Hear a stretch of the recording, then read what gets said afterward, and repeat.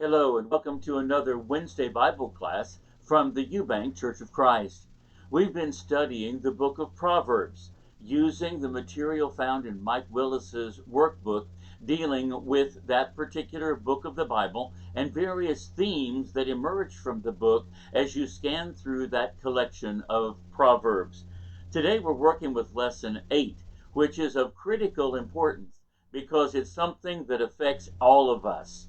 And that's the idea of the use of the tongue. It's a critical issue.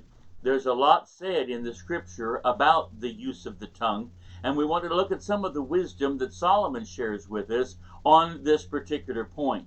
As we go to the questions at the end of the lesson, which go back and truly analyze all the material that's in the opening text of the lesson, he asks in question number 1, what are some consequences in life that come from an uncontrolled tongue? We can get ourselves into a lot of trouble very quickly when we do not watch the things that we say. He cites as one passage to consider Proverbs chapter 13, verses 2 and 3. He said, "A man shall eat good of the fruit of his mouth, but the soul of the transgressors shall eat violence.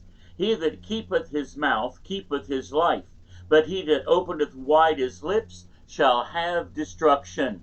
So the point that he's making here, I believe, is that we can cause all kinds of strife and violence by the things that we say.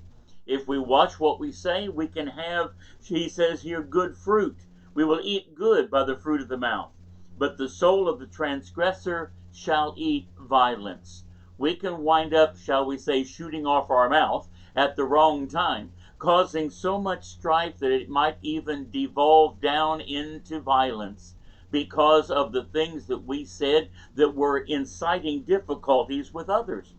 Over in Proverbs 17, and going down to verse 20, the writer Solomon says, "He that hath a froward heart findeth no good, and he that hath a perverse tongue falleth into mischief." So here we find the second consequence of our having the wrong disposition of heart that is shown by the things that we say. It'll stir up mischief. We'll get trouble started. We'll cause strife. We will cause animosities to develop whenever we say those things that ought not to be said. In Proverbs 18, verses 6 and 7, he said, "A fool's lips enter into contention, and his mouth calleth for strokes. A fool's mouth is his destruction, and his lips are the snare of his soul." The things that we say reflect the heart that is within us. It shows our lack of consideration. It causes us to get into altercations with other people. The tongue can truly be the doorway to drama. It can cause all kinds of things to evolve as a result of the things that we say. And so Solomon here is saying that our lips can cause us to enter into contention. It can cause strife and even devolve into violence. A fool's mouth is his destruction. So we have to think before we speak. We have to have some willingness to analyze what we say before it comes out of our mouth.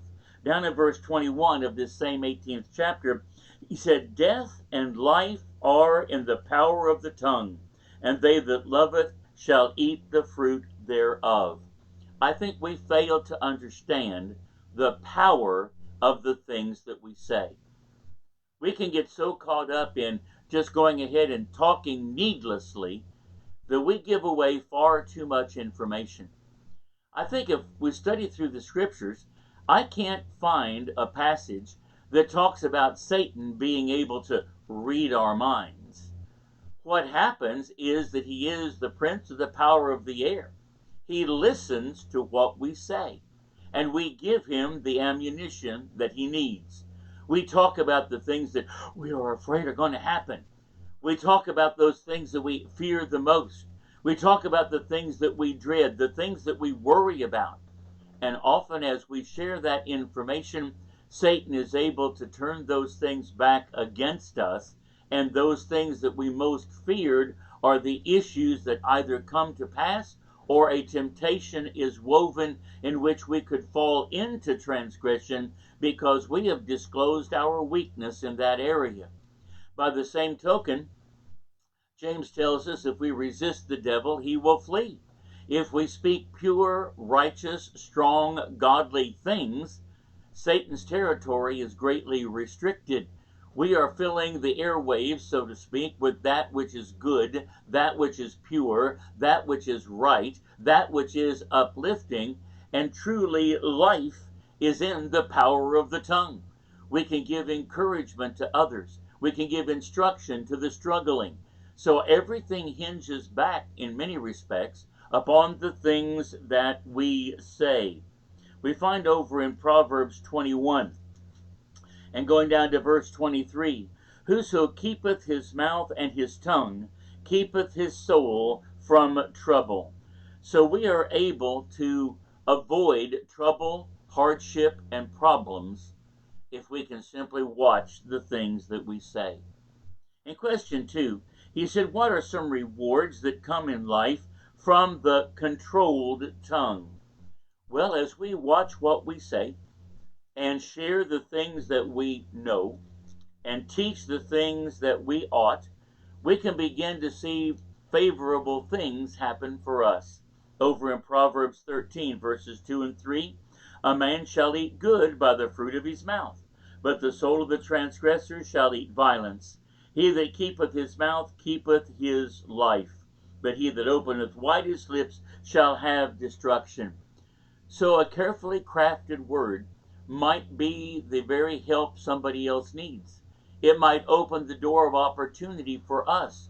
Prosperity may actually come our direction as we display and share the wisdom that we possess, and hence we can experience success in this life. We're able to have some quality life as a result of being individuals that can be trusted, individuals who speak correctly. They are able to keep to a minimum anything that they say that is negative. They are able to build up and encourage and teach others. And so we have a lot to share, which is going to come back to us in a positive way and improve our quality of life. So prosperity, success, and an improved quality of life are all qualities and rewards that can come to us if we learn how to control our mouth. In question 3, how does God view our speech? Well, he looks at it very, very seriously, because we are in a position to teach others and to lead them to Christ, or we are in a position to cause strife and contention and draw people away from the Lord. People saying, if that's what a Christian is all about, I want nothing to do with it. So the way we conduct ourselves, including the things that we say, are critically important. In Matthew chapter 12, verses 36 and 37, here Jesus said, but I say unto you, that every idle word that men shall speak, they shall give account thereof in the day of judgment. For by thy words thou shalt be justified, and by thy words thou shalt be condemned. So we will be judged for the things that we say, for those things that come out of our mouths. So this only heightens this sense of responsibility that Solomon is sharing with us, that we look carefully at the things that we allow to come out of our mouths. In question 4, the author asks, what dangers come to one who talks too much? There are some individuals who cannot stand the silence, and they are going to say and rattle on constantly, oftentimes showing how little forethought they give into anything. In Proverbs chapter 15 and verse 2, it says, the tongue of the wise useth knowledge aright, but the mouth of fools poureth out foolishness. So we can wind up speaking very foolishly, saying very inappropriate things if we don't watch what we say. Going down to verse 28 of this 15th chapter, he says, the heart of the righteous studieth to answer, but the mouth of the wicked pour out evil things. We don't want to be caught up in speaking those evil things. And so that's a danger that we must watch. Number one, we can speak foolishly. Number two, we can speak evil things. And over in Proverbs 29 and going down to verse 11, Solomon says, "A fool uttereth all his mind, but a wise man keepeth it in till afterwards." You know, often we can display to others just how shallow we are and how little we know and how little forethought we've given to something by just rattling on and saying everything that kind of fleetingly goes through our mind. We need to study to answer. Often the individual who displays too much and just rattles is showing just how shallow he really is. And so even if we don't know the answer, if we are surveying to learn more information and to have more thought process involved, it's best just to stay quiet and listen so that people can pick up on our disposition of heart and the wisdom that we might be able to share. In question 5, the author says, define the following terms, and he mentions a whisperer. Well, this individual is the one who secretly says those things that can stir up strife. He wants to strategically place information that's going to alienate one person from another. Individuals who are going to cause all kinds of difficulties between other people. Over in Romans chapter 1, when Paul is talking about those individuals who know not God, notice what he says about them in verse 29 beginning of Romans chapter 1. Being filled with all unrighteousness, fornication, wickedness, covetousness, maliciousness, full of envy, murder, debate, deceit, malignity, whisperers, backbiters, haters of God, despiteful, proud, boasters, inventors of evil things, disobedient to parents, without understanding, covenant breakers, without natural affection, implacable, unmerciful, who knowing the judgment of God, that they which commit such things are worthy of death. But they not only do the same, but have pleasure in them that do them. Those who do not have God in their knowledge and are not trying to live righteously are the whisperers that fall right into the category of these disobedient haters of God, these individuals who are immoral in committing fornication and all kinds of wickedness. They are given to maliciousness and to deceit, and whisperers are right in there with them. So there's an evil intent in what they share. There is a hidden agenda here in being the whisperer. Well, he also asks us to define what a talebearer is. This kind of goes back to the backbiters that are talked about here in Romans chapter 1. These are the individuals who tell stories, whether they are true stories or not is beside the point, but they are going to tell whatever story they can get a hold of and share it with others because they have a hurtful purpose. They want to share negative things. They want to dig up the dirt on other people. They want to share every piece of gossip that they can come across because they want to diminish somebody else, hoping for those moments of self-importance, and maybe they think it will make their light shine a little bit brighter. So the whisperer secretly shares information to cause strife and trouble. The talebearer simply tells whatever stories and gossip he can come across so that he or she is going to then try to defame somebody else and to bring them down in the estimation of others. In question 6, the author asks, how do whisperers and talebearers harm others? Well, there's several different methods that they may choose to use. They're wanting to use their tongue to gain advantage for themselves to the destruction of other people. In Proverbs chapter 10 and going down to verse 18, he says, he that hideth hatred with lying lips, and he that uttereth a slander is a fool. There are some folks who will speak flattery to your face. They want to be your best friend. They are trying to show that they just really love you. They really appreciate you. But really, they harbor a hatred for you in their hearts. They're only wanting to build a shallow relationship with you as they try to hide their hatred, but look for what they can learn and find to use against you. And so here we find the whisperer or the talebearer is an individual who is speaking flattery to hide his hatred.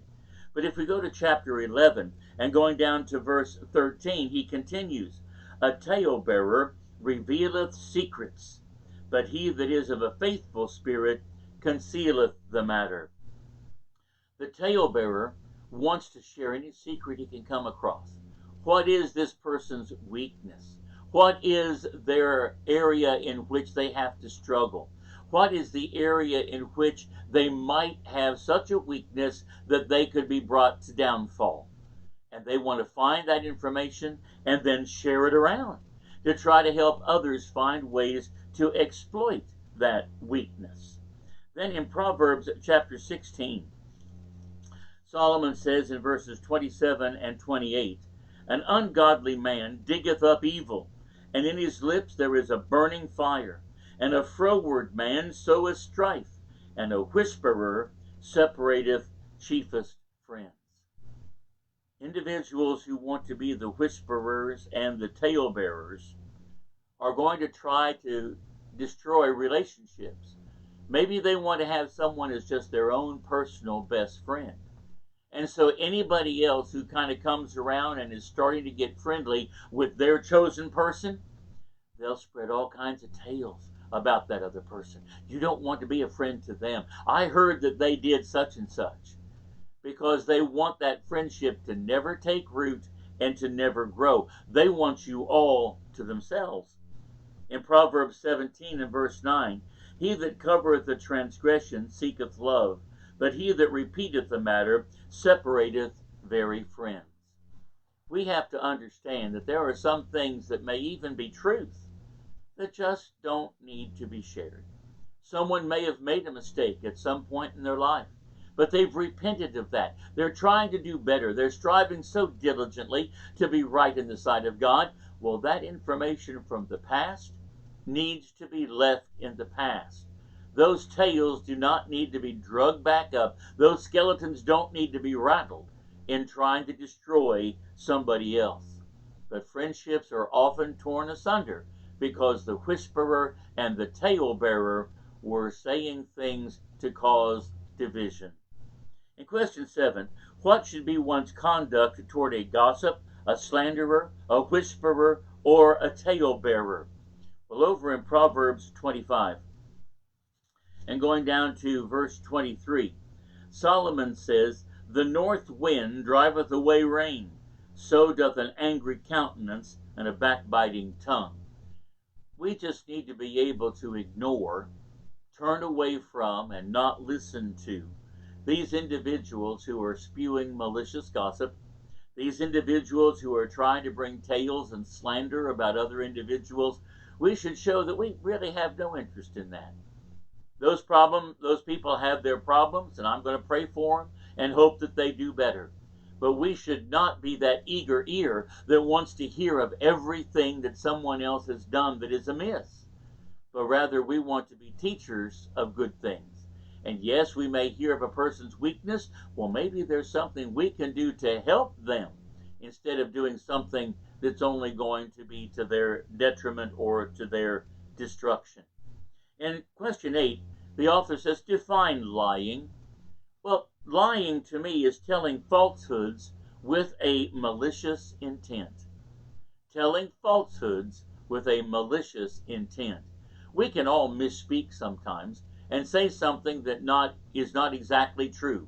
Maybe we misquoted something, or by accident we gave wrong information, our directions were not accurate, or whatever. We didn't mean to cause a problem. There's a difference between misspeaking something, and of course when it's brought to our attention we are quick to correct it, as opposed to the liar, who is trying to gain advantage, who's trying to tear down somebody else, who's trying to build themselves up. They have a malicious, manipulative intent, and so they lie to cover their tracks. They lie to avoid responsibility. They're wanting to sometimes put the blame over on somebody else. Liars have their part in the lake which burneth with fire and brimstone, we're taught in Revelation chapter 27 and verse 8. In Proverbs chapter 12, Solomon also talks about the liar. In Proverbs chapter 12 and going down to verse 19, the lip of truth shall be established forever, but a lying tongue is but for a moment.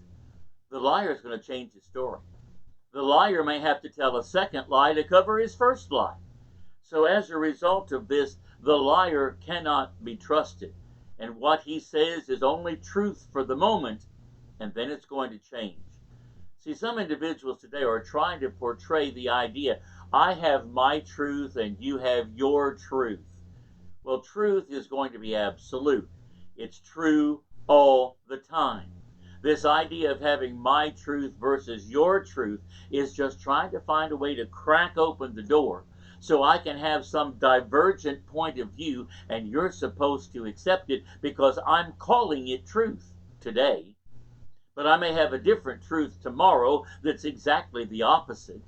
And my truth can't be trusted because it's always shifting. The Christian doesn't have that problem because we look to the Word of God as absolute truth and it's not going to change. In question 10, he says, define flattery and distinguish it from genuinely complimenting someone. Well, flattery is that excessive praise that's actually used to manipulate other people, to try and win their favor, and to tell them what they want to hear because you want benefits from them. And so you flatter so that you might manipulate them into looking kindly on you and giving you what you want. On the other hand, a compliment is just a genuine piece of encouragement. You did a good job. It's not said in idle chatter. It's not said to be making fun of somebody. It's not giving them a false sense of security. It's a genuine compliment. They do look good in a particular outfit. They did do a job very, very well. Compliments can be encouraging, but flattery goes overboard because it has yet another agenda. Whenever you start talking about the flatterer, Solomon helps you to understand the dangers of dealing with that kind of person. You see, I'm sure as royalty, both King David, Solomon's father, Solomon himself, these people in power who were blessed with wealth and position, had many individuals who would want to come to them with stories that were not true. Flatterers who wanted to gain their favor, and they had to understand the difference. In Proverbs chapter 10 and verse 18, Solomon says, he that hideth hatred with lying lips, and he that uttereth a slander is a fool. These individuals who are flatterers think they're accomplishing something, but it's not long till people can see through the shallowness of what they are saying. And often, as he's mentioned as we looked at this verse before, the flatterer is one to watch because he can't be trusted. He is hiding his hatred, and he'll stab you as soon as he gets a chance. In Proverbs 27 and going to verse 6, Solomon says, faithful are the wounds of a friend, but the kisses of an enemy are deceitful. A friend may have to tell you things that rock your world sometimes and are painful to hear, but the flatterer is trying to manipulate you and will pretend that something is right because he's setting you up for a fall, giving you false information, a false sense of security, because he wants your trust only to find the opportunity to betray you. So a flatterer is dangerous at many different levels. In question 12, the author asks, what sins are frequently committed with the tongue whenever we get angry? Now, anger is an emotion that God gave us. It motivates us. It helps us to act, in a way that maybe pushes us to an extra higher level of determination, but it also has a downside. Paul told the Ephesians to be angry, but sin not. There is a danger of our committing sin when anger takes over and blurs our thinking and we cannot keep it controlled. In Proverbs chapter 15 and going down to verse 1, it says, "A soft answer turneth away wrath, but grievous words stir up anger." We can get into a battle with somebody, a battle of words, where they say one hurtful thing and we respond with something hateful back to them. And on the argument goes. When we are angry, we can say many things that we will later regret. In Proverbs 15 and verse 18, "A wrathful man stirreth up strife, but he that is slow to anger appeaseth strife."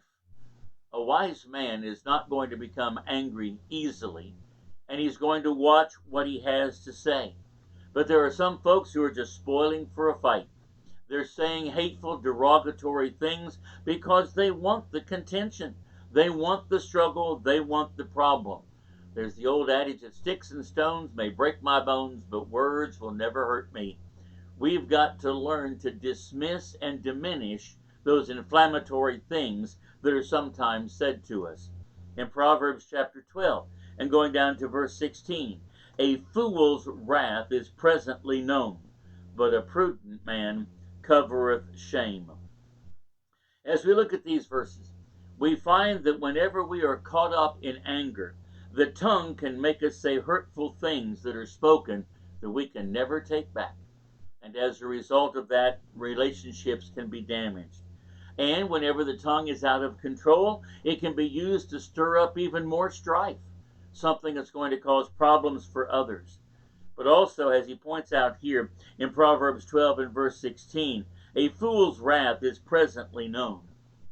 The anger sometimes helps us understand just how temperamental someone is, how easily offended they are, and how they cannot be trusted even with the truth. In question 13, what kind of speech is condemned in Proverbs chapter 12 and verse 18?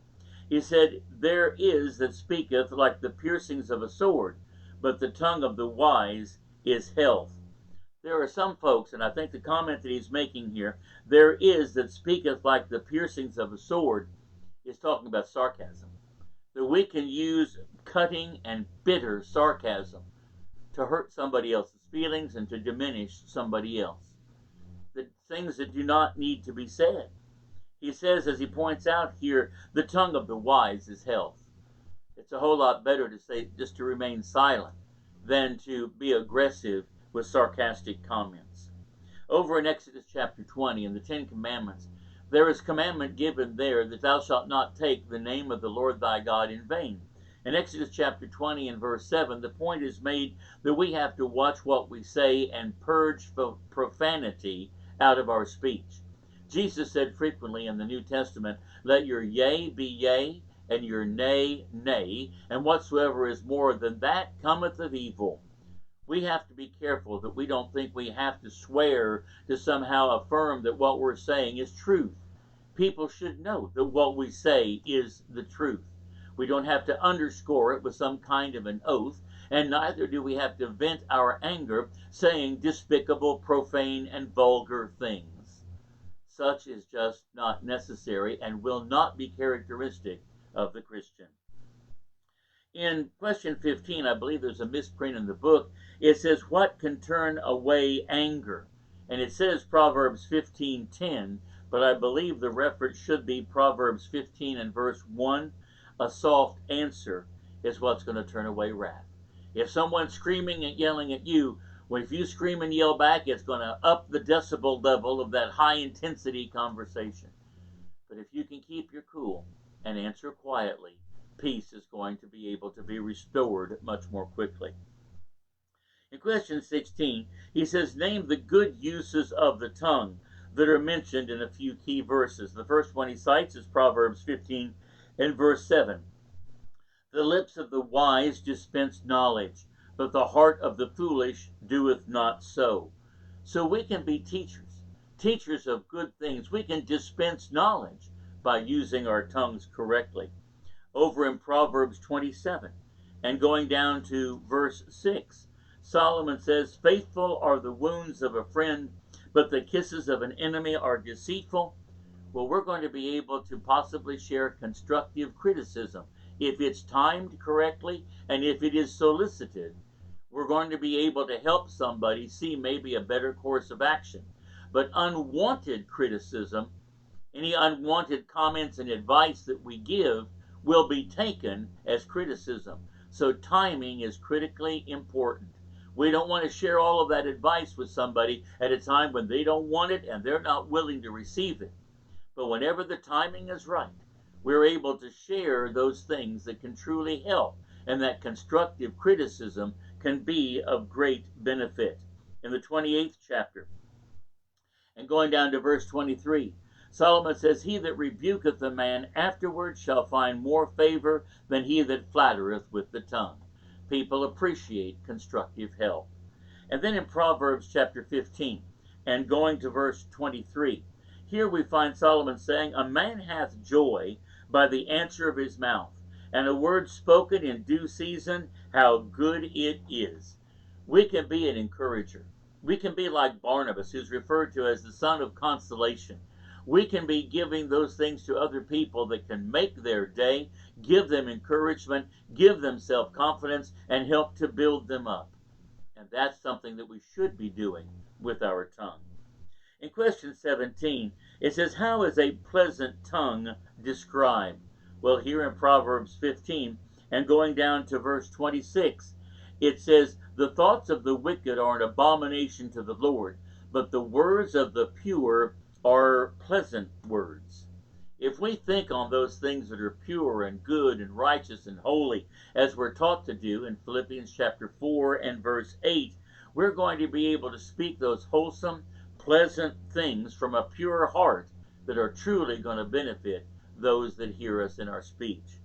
And then finally, in question 18, why can the tongue never be tamed? James says that in James chapter 3 and going down to verse 8. Well, one of the challenges is that our emotions are going to fluctuate. We are going to have moments when we are annoyed and already on edge, and it doesn't take much for us to say improper things. There are other times when we feel attacked and threatened, and we respond in kind with the wrong kind of speech. So since our circumstances and our emotions and our feelings are in a constant state of flux, the tongue is going to reflect what's going on inside of us, and so it's going to not always be tamed. We may be successful a lot of the time. That's what we're striving for. It's kind of like having, as James says, a bridle in the bit's mouth. And if we can control that all the time, he says, we're a perfect man. We've matured and we're doing well. But many of us are still in that journey and still in that pursuit of trying to choose our words carefully. Well, thank you for joining us today. I hope you've enjoyed this lesson from the book of Proverbs on dealing with the tongue. And next week, we're going to be talking a little bit about what Solomon shared with us on self-discipline, being able to control ourselves, control our feelings, and control our emotions. And I hope you can join us for that study. Thank you for being with us today.